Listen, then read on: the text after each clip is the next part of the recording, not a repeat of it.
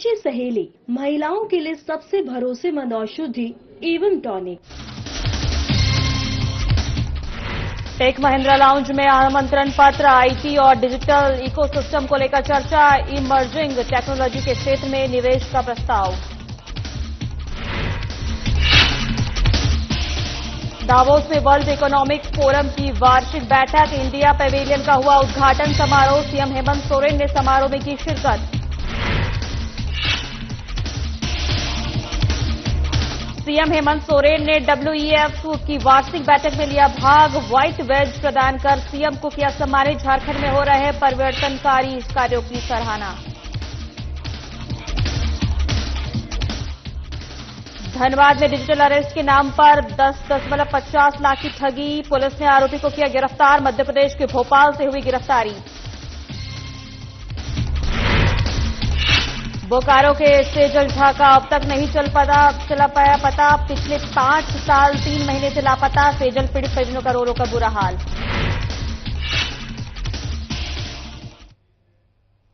नमस्कार, मैं हूं आपके साथ सोनम ब्राब्रन की शुरुआत करते हैं। मुख्यमंत्री हेमंत सोरेन, विधायक कल्पना मुर्मू सोरेन और झारखंड सरकार के आधिकारिक प्रतिनिधिमंडल को Shahil Dhawan, head and president IMEA division Tech Mahindra ने वर्ल्ड इकोनॉमिक फोरम के दौरान global IT company Tech Mahindra ने टेक महिंद्रा लाउंज में आमंत्रित किया। इस अवसर पर आपको बता दें, झारखंड की आईटी और डिजिटल इकोसिस्टम को सुदृढ़ करने को लेकर विस्तृत और सकारात्मक चर्चा हुई। बैठक के दौरान टेक महिंद्रा ने झारखंड में आर्टिफिशियल इंटेलिजेंस, डेटा सेंटर और इमर्जिंग टेक्नोलॉजी के क्षेत्र में निवेश का प्रस्ताव रखा। कंपनी के प्रतिनिधियों ने बताया कि झारखंड शीघ्र ही ऊर्जा सरप्लस राज्य बनने की दिशा में अग्रसर है, चूंकि एआई और डेटा सेंटर जैसी उन्नत तकनीकी संरचनाओं के बड़े पैमाने पर ऊर्जा की आवश्यकता होती है। ऐसे में Tech Mahindra underground energy storage सहित उन्नत ऊर्जा समाधान विकसित करने में राज्य सरकार के साथ सहयोग कर सकती है।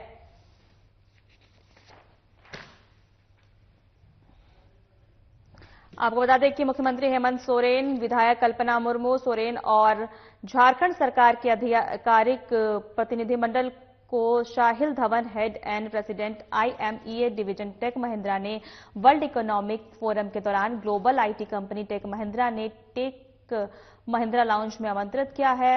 इस अवसर पर झारखंड की आईटी और डिजिटल इकोसिस्टम को सुदृढ़ करने को लेकर विस्तृत और सकारात्मक चर्चा हुई है।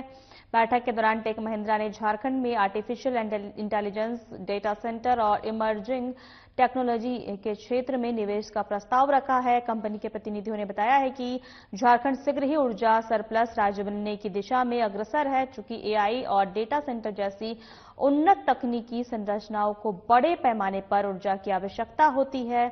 ऐसे में Tech Mahindra underground energy storage सहित उन्नत ऊर्जा समाधान विकसित करने में राज्य सरकार के साथ सहयोग कर सकती है।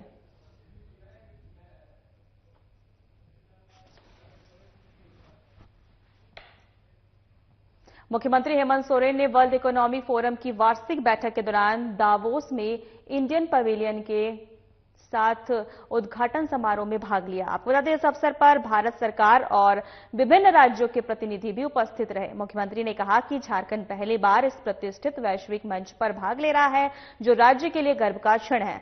उन्होंने कहा कि झारखंड प्राकृतिक संसाधनों से समृद्ध राज्य है और हरित ऊर्जा सहित कई विकास क्षेत्रों में तेजी से आगे बढ़ रहा है।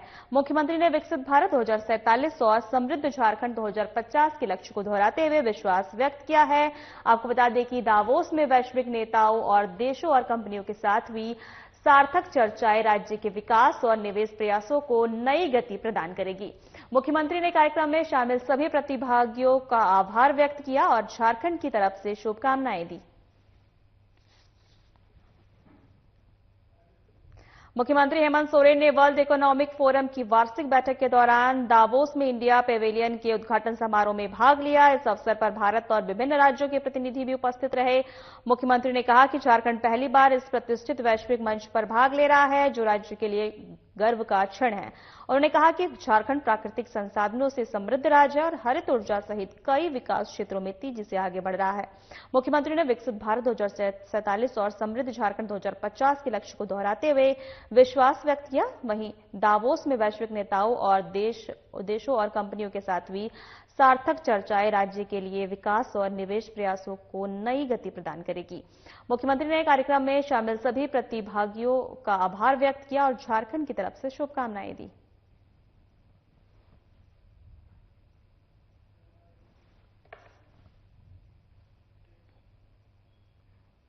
सीएम हेमंत सोरेन ने ऐतिहासिक उपलब्धि दर्ज करते हुए भारत से पहले आदिवासी निर्वाचित नेता के रूप में वर्ल्ड इकोनॉमिक फोरम WEF की वार्षिक बैठक में भाग लिया। आपको बता दें कि झारखंड में हो रहे परिवर्तनकारी कार्यों की सराहना करते हुए और राष्ट्रीय अध्यक्षों, सरकार प्रमुखों के दिए जाने वाले स्थापित सम्मान के अनुरूप WEF के प्रतिनिधियों से सीएम को प्रतिष्ठित व्हाइट बैज प्रदान कर सम्मानित किया गया। यह सम्मान झारखंड राज्य के लिए अत्यंत गौरव का विषय है। आपको बता दें कि व्हाइट बैज विश्व स्तर पर चयनित वैश्विक नेताओं को प्रदान किया जाता है, जिसके माध्यम से उन्हें WEF, कांग्रेस सेंटर और सभी विशेष WEF कार्यक्रमों में सम्मान और पूर्व प्रवेश प्राप्त होता है।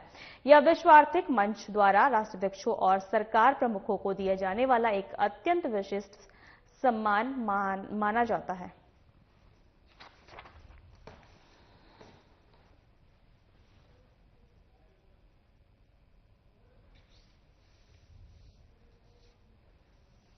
आपको एक बार फिर से बता दें कि सीएम ने WEF की वार्षिक बैठक में भाग लिया। व्हाइट बैज प्रदान कर सीएम को सम्मानित किया गया। झारखंड में परिवर्तन कार्यों की हुई सराहना। व्हाइट बैज विश्व स्तरीय स्तर पर चयनित वैश्विक नेताओं को प्रदान किया जाता है, जिसके माध्यम से उन्हें WEF, कांग्रेस सेंटर और सभी विशेष WEF कार्यक्रमों में सम्मान और पूर्ण प्रवेश प्राप्त होता है। यह विश्व आर्थिक मंच द्वारा राष्ट्रीय अध्यक्षों और सरकार प्रमुखों को दिया जाने वाला एक अत्यंत विशिष्ट सम्मान है।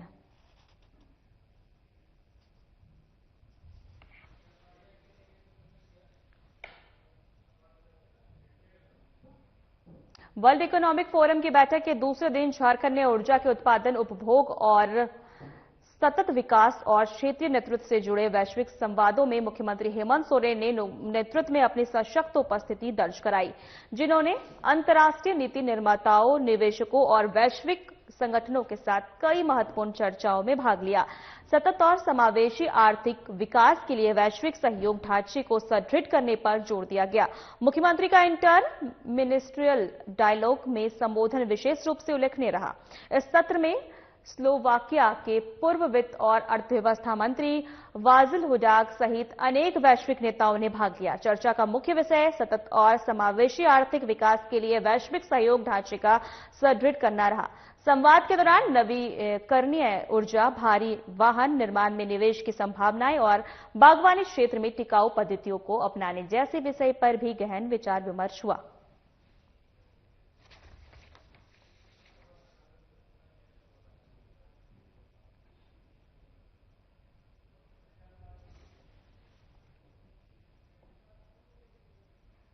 मुख्यमंत्री हेमंत सोरेन और झारखंड विधानसभा की महिला और बाल विकास समिति की अध्यक्ष सह विधायक कल्पना मुर्मू सोरेन झारखंड के वरीय पदाधिकारियों के प्रतिनिधिमंडल के साथ झारखंड में विदेशी निवेशों की संभावनाओं की तलाश में दावोस स्विट्जरलैंड की यात्रा पर है। मुख्यमंत्री हेमंत सोरेन ने 20 जनवरी को दावोस यानी स्विट्जरलैंड में आयोजित वर्ल्ड इकोनॉमिक फोरम की वार्षिक बैठक में भारत के पहले आदिवासी नेता के रूप में भाग लिया। झारखंड में उनके नेतृत्व और परिवर्तनकारी कार्यों की सराहना करते हुए उन्हें व्हाइट बैज से सम्मानित किया गया। इस सम्मान को लेकर सीएम ने कहा कि ये सम्मान मेरे राज्यवासियों और मेरे झारखंड का सम्मान है। ये सम्मान झारखंड के लिए गौरव की बात है और इसके लिए मैं राज्यवासियों को हार्दिक बधाई देना चाहता हूं।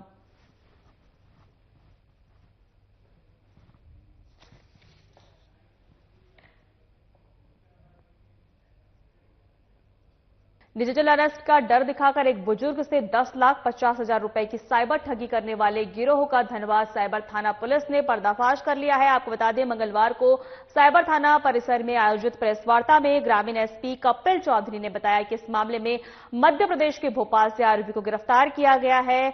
ग्रामीण एसपी ने बताया है कि 8 जनवरी 2026 को टुंडी थाना क्षेत्र के रतनपुर निवासी 73 वर्षीय सेबेस्टियन होरो ने जो है साइबर थाना में शिकायत दर्ज कराई थी। आरोपियों ने वीडियो कॉल पर खुद को ईडी और सीबीआई के अधिकारी बताकर मनी लॉन्ड्रिंग में फंसाने की धमकी दी और तथाकथित डिजिटल अरेस्ट का भय दिखाकर रुपए ट्रांसफर करवा लिए। जांच के दौरान तकनीकी साक्ष्यों के आधार पर पुलिस ने 26 वर्षीय अरुण अहिरवार को गिरफ्तार किया है। आरोपी के खाते में ठगी की 5.50 लाख रुपए की राशि ट्रांसफर हुई थी। उसके पास से एक मोबाइल फोन और 2 सिम कार्ड बरामद किए गए। ग्रामीण एसपी ने लोगों से अपील किया है कि कोई भी सरकारी एजेंसी डिजिटल अरेस्ट नहीं करती है। ऐसे किसी भी कॉल या वीडियो कॉल को साइबर ठगी समझे और तुरंत हेल्पलाइन 1930 पर सूचना दें।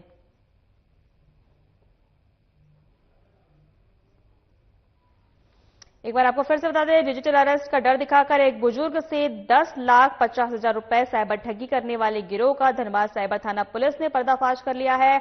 मंगलवार को साइबर थाना परिसर में आयोजित प्रेस वार्ता में ग्रामीण एसपी कपिल चौधरी ने बताया कि इस मामले में मध्य प्रदेश के भोपाल के आरोपी को गिरफ्तार किया गया है। ग्रामीण एसपी ने बताया कि 8 जनवरी 2026 को टुंडी थाना क्षेत्र में रतनपुर निवासी 73 वर्षीय सेबेस्टियन होरो ने जो है साइबर थाने में शिकायत दर्ज कराई थी।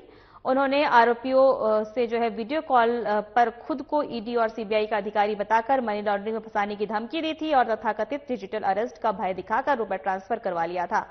जांच के आधार पर तकनीकी साक्ष्यों के आधार पर पुलिस ने 26 वर्षीय अरुण को गिरफ्तार किया है। आरोपी के खातों में ठगी की 5.5 लाख रुपए की राशि ट्रांसफर हुई थी।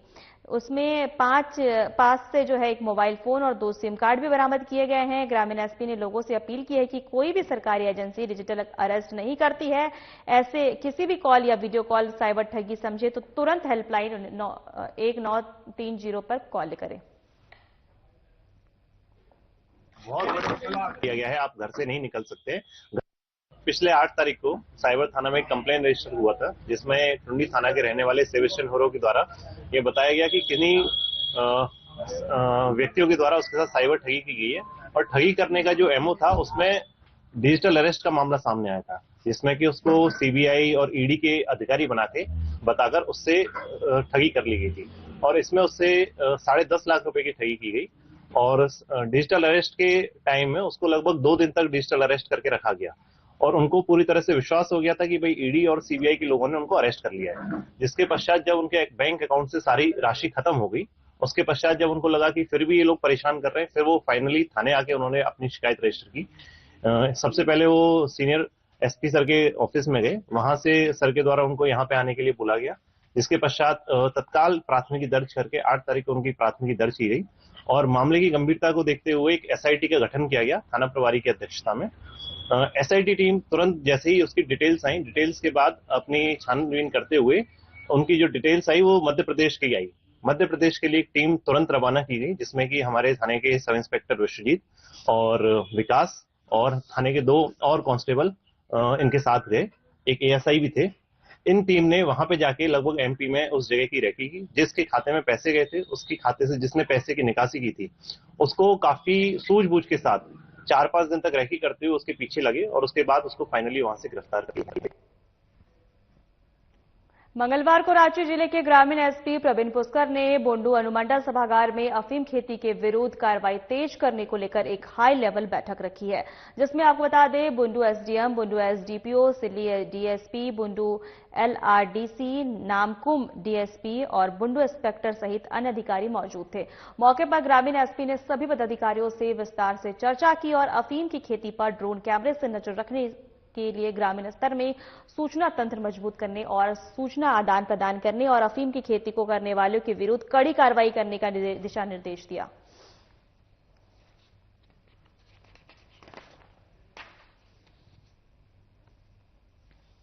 एक बार आपको फिर से बता दें कि मंगलवार को रांची जिले के ग्रामीण एसपी प्रवीण पुष्कर ने बुंडू अनुमंडल सभागार में अफीम की खेती के विरोध में कार्रवाई तेज करने को लेकर हाई लेवल की बैठक जो है उन्होंने रखी, जिसमें अन्य अधिकारी मौजूद थे। मौके पर ग्रामीण एसपी ने सभी पदाधिकारियों से विस्तार से चर्चा की और अफीम की खेती पर ड्रोन से जो है कैमरे से नजर रखने और ग्रामीण स्तर में सूचना तंत्र मजबूत करने और आदान प्रदान करने और अफीम की खेती को करने वाले के विरुद्ध कड़ी कार्रवाई करने के दिशा निर्देश दिया।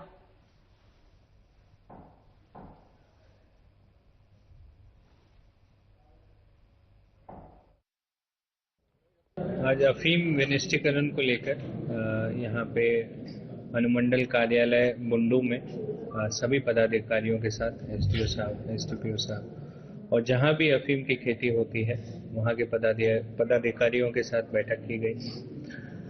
लास्ट ईयर अफीम की खेती काफ़ी हुई थी, जिसमें लगभग 7,000 एकड़ का विनिष्टीकरण हुआ और इस साल हमें वो पॉजिटिव रिस्पांस देखने को मिला है कि लोगों में जागरूकता आई है। जागरूकता अभियान भी काफ़ी जोर शोर से चल रहा है और अभी इस साल जो स्टेटस है अभी कि अफीम की खेती इस साल काफ़ी कम हुई है और जितनी भी हुई है हम लोग चाहते हैं कि इसको एक अभियान के तौर पे एक भी एकड़ ऐसा ना हो या एक भी डिसमिल ऐसा ना हो जहाँ पे अफीम की खेती हो। 5 साल 3 महीने से लापता से जल झा का जो है बोकारो पुलिस और स्पेशल ब्रांच अभी तक पता नहीं लगा पाई। आखिरकार सेजल किसकी शिकार हुई थी, ये बड़ा सवाल आज तक परिवार वालों के सामने खड़ा है। हालांकि अब इस मामले में आपको बता दें कि सीआईडी ने टेक ओवर कर लिया है। सेजल की मां उषा झा को अब रांची के पकड़े गए बच्चा चोर गिरोह के सदस्यों के साथ बच्चों की बरामद की, जिस पर थोड़ी उम्मीद जगी है क्योंकि इन अपराधियों का बंगाल कनेक्शन भी है, जहां से सेजल महज 15 मिनट में गायब हो गई। वहां से बंगाल का बॉर्डर महज कुछ ही दूरी पर है। सेजल की मां का कहना है कि इस गिरोह को सेजल के मामले से जोड़कर पुलिस को देखना चाहिए। पिंडरा जोरा थाना क्षेत्र के गिरधर टाट निवासी उषा झा और रामकृष्ण झा की उस वक्त 14 वर्ष की पुत्री सेजल झा 16 अक्टूबर 2020 से गायब है।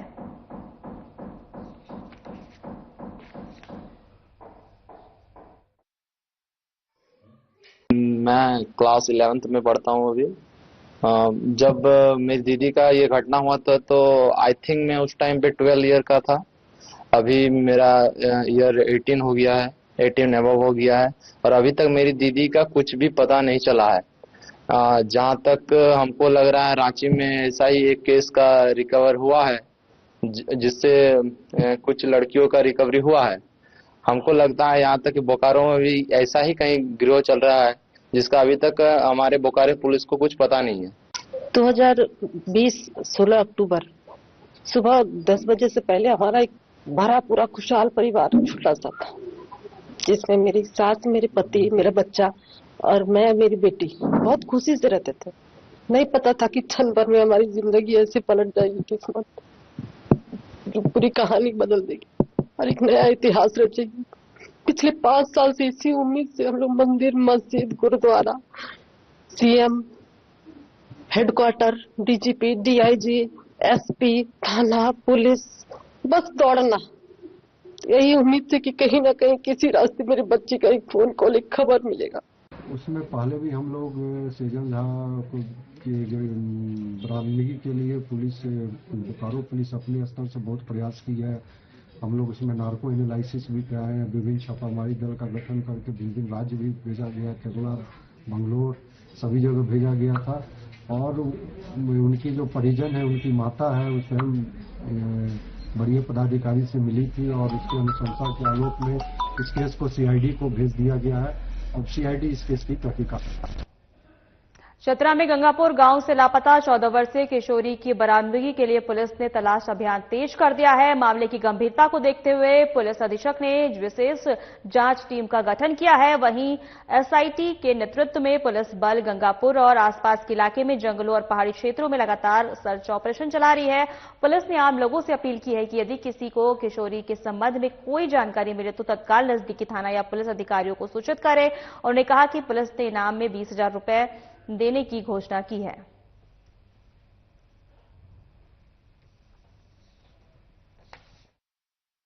28 जनवरी को एक सूचना प्राप्त हुई थी गिद्धौर थाना में कि एक लड़की जिसका नाम मुन्नी कुमारी है, उम्र 15 वर्ष, वो गुमशुदा है। तो इस मामले की गंभीरता को देखते हुए पुलिस अधीक्षक महोदय द्वारा एक एसआईटी टीम का गठन किया गया था, जिसकी अध्यक्षता मैं कर रहा हूं। और इस क्रम में हमने जब इन्वेस्टिगेशन करना स्टार्ट किया तो यहाँ ग्रामीणों द्वारा पता चला कि हम जहाँ पर अभी खड़े हैं इसी के पास में लास्ट मुन्नी कुमारी को देखा गया था और ये आगे जंगल की ओर जा रही थी। तो फिर हमें जब डाउट हुआ कि गांगपुर के जंगल में हो सकता है कि मुन्नी कुमारी की सूचना हो, तो हमने यहाँ पर लगभग 100 के आसपास चौकीदार को डिप्लॉय किया और लगातार हम पूरे जंगल में छानबीन कर रहे हैं। आसपास के जो भी गांव है वहां पर हम छानबीन कर रहे हैं। कर रहे हैं आप लोग? वही मांग कर रहे पुलिस हमको बच्चा को खोज दीजिए। एसपी डीएसपी सब हम लोग हमको बच्चा का खोज कर मेरा पास जिम्मा दे दीजिए। क्या लग रहा है, बच्चा आपसे दूर है, कैसा महसूस हो रहा है आपको? हमको नहीं ठीक लग रहा डेली अंधेरा लगता है, बच्चा बिना नहीं ठीक लगता। जमशेदपुर में साक्षी थाना क्षेत्र के पास भीषण सड़क हादसा हो गया, जिसमें तेज रफ्तार टेम्पो सड़क के बीच खड़े खराब ट्रेलर से टकरा गई, जिससे टेम्पो चालक की मौके पर ही मौत हो गई। बताया जा रहा है कि ट्रेलर खराब हो जाने के कारण सड़क पर खड़ा था। हादसे के बाद मौके पर अफरा तफरी मच गई। वहीं राहगीरों ने तत्परता दिखाते हुए कड़ी मशक्कत के बाद चालक को बाहर निकाला और तत्काल इलाज के लिए एमजीएम अस्पताल पहुंचाया, जहां चिकित्सकों ने जांच के बाद उसे मृत घोषित कर दिया। बताया जा रहा है कि घटना के समय टेम्पो में कोई यात्री सवार नहीं था, नहीं तो और भी लोगों को चोट आ सकती थी। सूचना मिलने पर पुलिस मौके पर पहुंची और दुर्घटनाग्रस्त वाहनों को सड़क से हटाकर यातायात को सामान्य कराया।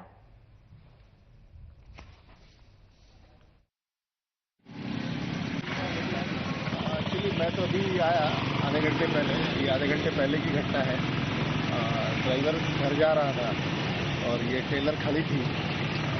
पीछे से ड्राइवर को देखने में असुविधा हुई या क्या, उसने वो पीछे से डैश हो गया गाड़ी में और ड्राइवर बहुत जोर लगा है, ड्राइवर को बहुत ज़्यादा सीरियस है और एमजीएम ले गए हैं लोग अभी, लेकिन अभी तक खबर आ रही है कि ड्राइवर शायद सर्वाइव नहीं किया। यहाँ पे एक ट्रेलर जो है वो ब्रेक डाउन है, दिन से ही खड़ी थी और उधर किस की तरफ से एक ऑटो गाड़ी आ रही थी, ऑटो टेम्पू, और पीछे से आकर के टक्कर मार दी, जिसमें चालक जो है गंभीर रूप से घायल हो गए, जिसको एमजीएम अस्पताल। निरसा के कुमार धुबी रेलवे स्टेशन के पास उस वक्त सनसनी फैल गई जब एक अज्ञात युवक का शव पेड़ से लटका हुआ मिला। आपको बता दें, शव मिलने के बाद स्थानीय लोगों ने तुरंत इसकी सूचना पुलिस को दी और सूचना मिलते ही पुलिस टीम मौके पर पहुंची और घटनास्थल को जो है निरीक्षण किया। आसपास मौजूद लोगों ने पूछताछ शुरू की। पिछली इस जांच में मृतक युवक की फिलहाल पहचान नहीं हो सकी है। वहीं तलाशी के दौरान युवक की जेब से रेलवे टिकट और नकदी बरामद हुई है। फिलहाल पुलिस सभी पहलुओं को ध्यान में रखते हुए इस मामले की जांच में जुटी हुई है।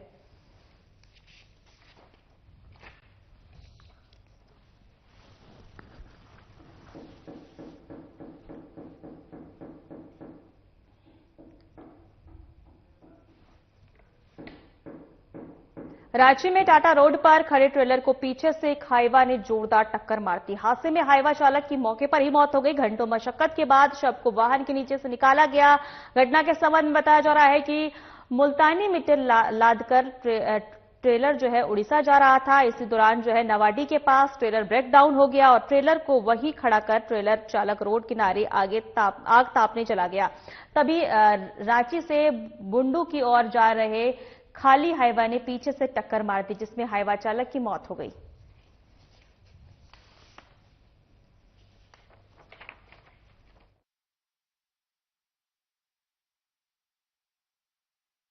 ब्रेक पाइप फट गया तो प्रेशर डाउन हो गया तो गाड़ी हिल ही नहीं देता। आपका गाड़ी का? हाँ, ये जब भी इस जगह खड़ा करना पड़ा। उसके बाद में मैं ये वो ला दिया, वो पीछे जला रहा था, वो टॉर्च जला के गाड़ियां निकाल रहा था मैं पीछे ही में।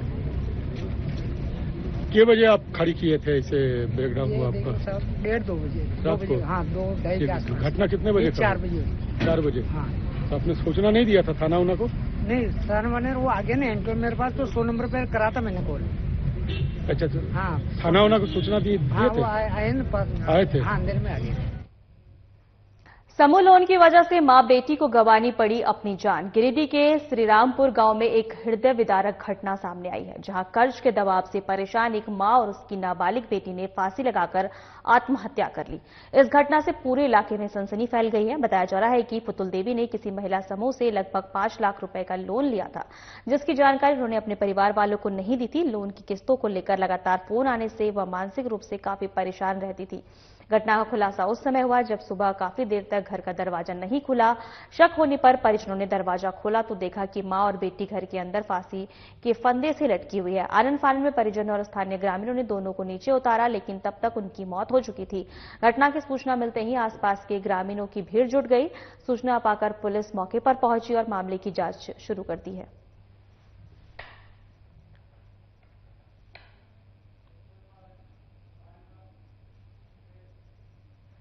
फिलहाल हमारे खास बुलेटिन में इतना ही। नमस्कार।